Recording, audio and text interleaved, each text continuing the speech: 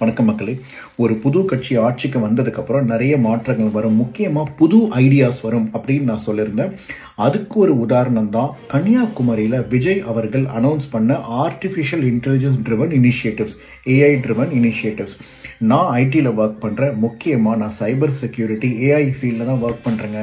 அந்த initiatives announce பண்ண schemes எல்லாம் பார்க்கும்போது எனக்கு அவ்வளோ சந்தோஷமாக இருந்தது. சகோதரர் ஒருத்தர் அண்ணா இதை பற்றி பேசுங்கன்னு எனக்கு மெசேஜ் பண்ணியிருந்தாரு. ரொம்ப நன்றி சகோ. இதை பற்றி நான் கண்டிப்பாக பேசணும்னு நினச்சேன். ஏன்னா இது என்னோட ஃபேவரட் டாபிக். ஏன்னா நான் அந்த துறையில் தான் வேலை செய்கிறேன். விஜய் சொன்ன அந்த ஸ்கீம்ஸில் என்னை ரொம்ப ரொம்ப ரொம்ப கவர்ந்த விஷயம் என்னென்னா, இத்தனை வருஷமாக நம்மளை ஆட்சி செஞ்சவங்களும் சரி, இதுக்கு மேலே ஆட்சி செய்ய போகிறவங்களும் சரி, நான் உங்களுக்கு ஊழலற்ற ஆட்சியை தரோம், ஊழலே பண்ணாத ஆட்சியை தான் பண்ணியிருக்கோம் அப்படின்னு சொல்கிறாங்க. அவங்க பண்ணாங்களா இல்லையான்றது உங்களுக்கே தெரியும். ஆனால் இன்னைக்கு விஜய் நான் ஊழலற்ற ஆட்சியை தரேன்னு சொல்கிறதுக்கு என்ன உத்தரவாதம் இருக்குது? நம்ம எல்லாருமே ஒரு கேள்வியை அவர்கிட்ட கேட்குறோம். அதுக்கான பதில் தான் இந்த ஏஏ கவர்னன்ஸ், அந்த ஏஏ டேஷ்போர்ட்.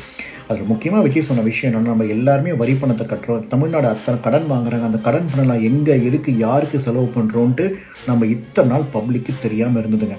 அவர் கொண்டு வர அந்த டேஷ்போர்ட் மூலயமா நம்ம எல்லாருமே நம்ம கட்டுற வரி பணமும் அந்த பணமும் எங்கே போய் செலவு பண்ணுறாங்கன்னு தெரிஞ்சுக்கலாம்னு நினைக்கும் போது, இந்த கவர்மெண்ட் ஒரு கரப்ஷன் ஃப்ரீ, ஒரு ஊழல் இல்லாத ஆட்சியை தருவாங்க அப்படின்றதுக்கு எனக்கு ஒரு பெரிய நம்பிக்கையை கொடுத்துருக்காங்க.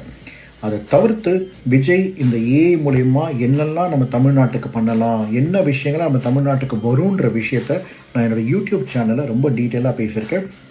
உங்களுக்கு டைம் கிடைக்கும் போது அதை பாருங்கள்.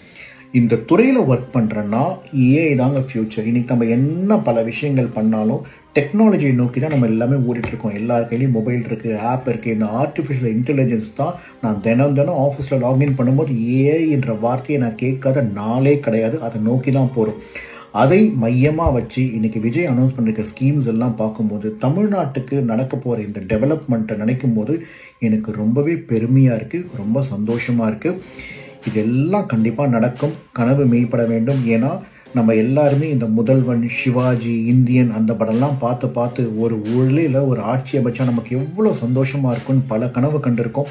அந்த கனவெல்லாம் கண்டிப்பாக பழிக்கும் என்ற நம்பிக்கை எனக்கு இருக்குது. நல்லதே நடக்கும். கான்ஃபிடென்ட்டாக இருங்க.